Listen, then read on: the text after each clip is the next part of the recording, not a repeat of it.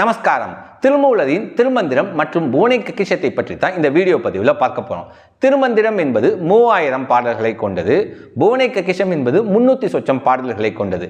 இந்த ரெண்டையுமே ஒரே திருமூலர் தான் இயற்றினார்னு சொல்லுவாங்க நிறைய பேர். இதற்கு ஆதாரமாக அவங்க திருமந்திரத்திலிருந்து ஒரு பாடலை காட்டுவாங்க. அந்த பாடல் என்னன்னு கேட்டிங்கன்னா, மூலன் உரை செய்த 3000 தமிழ், அதாவது 3000 பாட்டு, அது திருமந்திரம். ரெண்டாவது வரி பார்த்தீங்கன்னா, மூலன் உரை செய்த 300 மந்திரம். இந்த 300 மந்திரங்கிறது பூனை கக்கிஷத்தில் வரக்கூடிய 300 சொச்சம் பாடல் தான் அப்படின்னு சொல்லுவாங்க. இது சரியா தப்பான்னு நம்ம பின்னாடி பார்க்கலாம். அதுக்கு முன்னாடி பூனை கக்கிஷத்தை பற்றி நம்ம பார்த்தலாம். பூனை கக்கிஷம் என்பதற்கு பல பேர் இருக்குங்க. அதில் ஒரு பேர் தான் பூனை கக்கிஷம், சரிங்களா? அது ஒரு தாந்திரிக மாந்திரிக பிரயோக நூல், சரிங்களா? அஷ்ட கர்மங்களான வசியம், தம்பனம் போன்ற 8 கர்மங்களை விரித்து விதிகர்மமாக 323 எந்திர பிரயோகங்களாக கொடுத்திருக்க நூல் தான் அது. பாடல் வடிவில் இருக்கும், அந்தாதி முறை பாடல், சரிங்களா? இந்த பாடல் எல்லாமே எந்திரங்களை அடிப்படையாக கொண்டது. இந்த 2 நூலுக்கும் உள்ள தொடர்பு என்னன்னு கேட்டிங்கன்னா, அதாவது திருமந்திரத்துக்கும் பூனை கக்கிஷத்திற்கும் ஒரு தொடர்பு இருக்குது. என்னன்னு கேட்டிங்கன்னா, 2 நூலோட காப்பு பாடலுமே ஒன்று தான், 5 கரத்திணை பாடல் தான். ஆனால் ஆய்வாளர்கள் என்ன சொல்லுவாங்கன்னு கேட்டிங்கன்னா, திருமூலர் காலகட்டத்தில் காப்பு பாடல் வழக்கம் இல்லை, அதனால் இந்த காப்பு பாடலை பின்னாடி தான் சேர்த்துருப்பாங்க அப்படின்னு சொல்லுவாங்க. இப்போ நம்ம அடுத்த விஷயத்துக்கு போவோம். திருமந்திரத்திற்கும் பூனை கக்கிஷத்திற்கும் தொடர்பு இருக்கா இல்லையா அப்படின்னு பார்க்கறதுக்கு முன்னாடி, இந்த பூனை கக்கிஷம் என்பது அம்பிகை புவனேஸ்வரியை மையமாக கொண்டது. யார் புவனேஸ்வரி மந்திரத்தை சித்தி பண்ணுறாங்களோ அவங்களுக்கு தான் பூனை கக்கிஷத்தில் இருக்கக்கூடிய எந்திரங்கள் வேலை செய்யும். 323 எந்திரம்னு சொல்லியிருக்கேன் இல்லைங்களா? 3 + 2 + 3 கூட்டி பாருங்க, 8ன்னு வரும். அஷ்டகர்மத்திற்கான 8, சரிங்களா? அந்த 8 கர்மங்களை தான் விரித்து இத்தனை எந்திரமாக கொடுத்துருக்காங்க.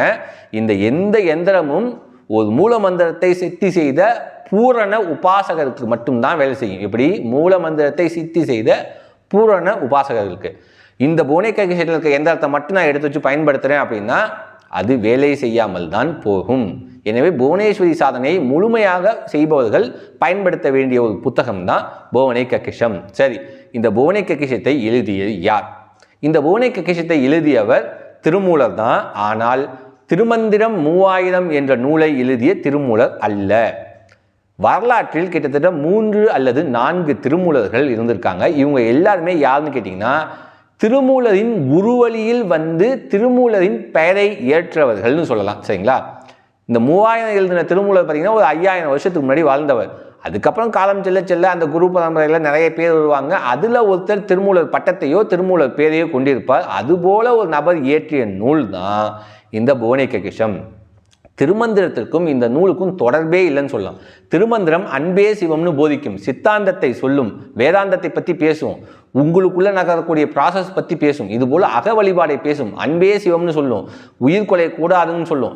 அதுபோல் சொல்லக்கூடிய ஒரு திருமந்திரம் எப்படி ஒரு மாந்திரிக நூலுக்கும் சப்போர்ட் பண்ணணும்னு யோசிச்சு பாருங்க.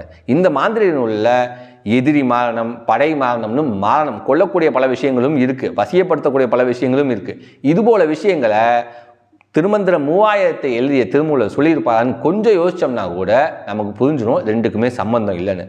ஒரு சில கேட்பாங்க, அப்போ 300 மந்திரம்னா என்ன அப்படின்னா, 300 வகையான டெக்னிக், பயிற்சி முறை, அது அந்த 3000 பாடல்களுக்குள்ளே இருக்குது. இறைவனை அடைவதற்கான 300 வழிகள் அதுதான், சரிங்களா? ஸோ மூலன் உரை செய்த 300 மந்திரம் என்பது திருமந்திரம் 3000க்குள்ளே தான் இருக்குது. 30 உபதேசமும் 3000க்குள்ளே தான் இருக்குது, சரிங்களா? ஸோ இந்த நூல் என்பது திருமூலர் குருவழியில் வந்த வேறு ஒருவர் எழுதியது, புவனேஸ்வரி உபாசகர்களுக்காக. பராசக்தியின் அருள் அனைவருக்கும் கிடைக்கட்டும். நன்றி, வணக்கம்.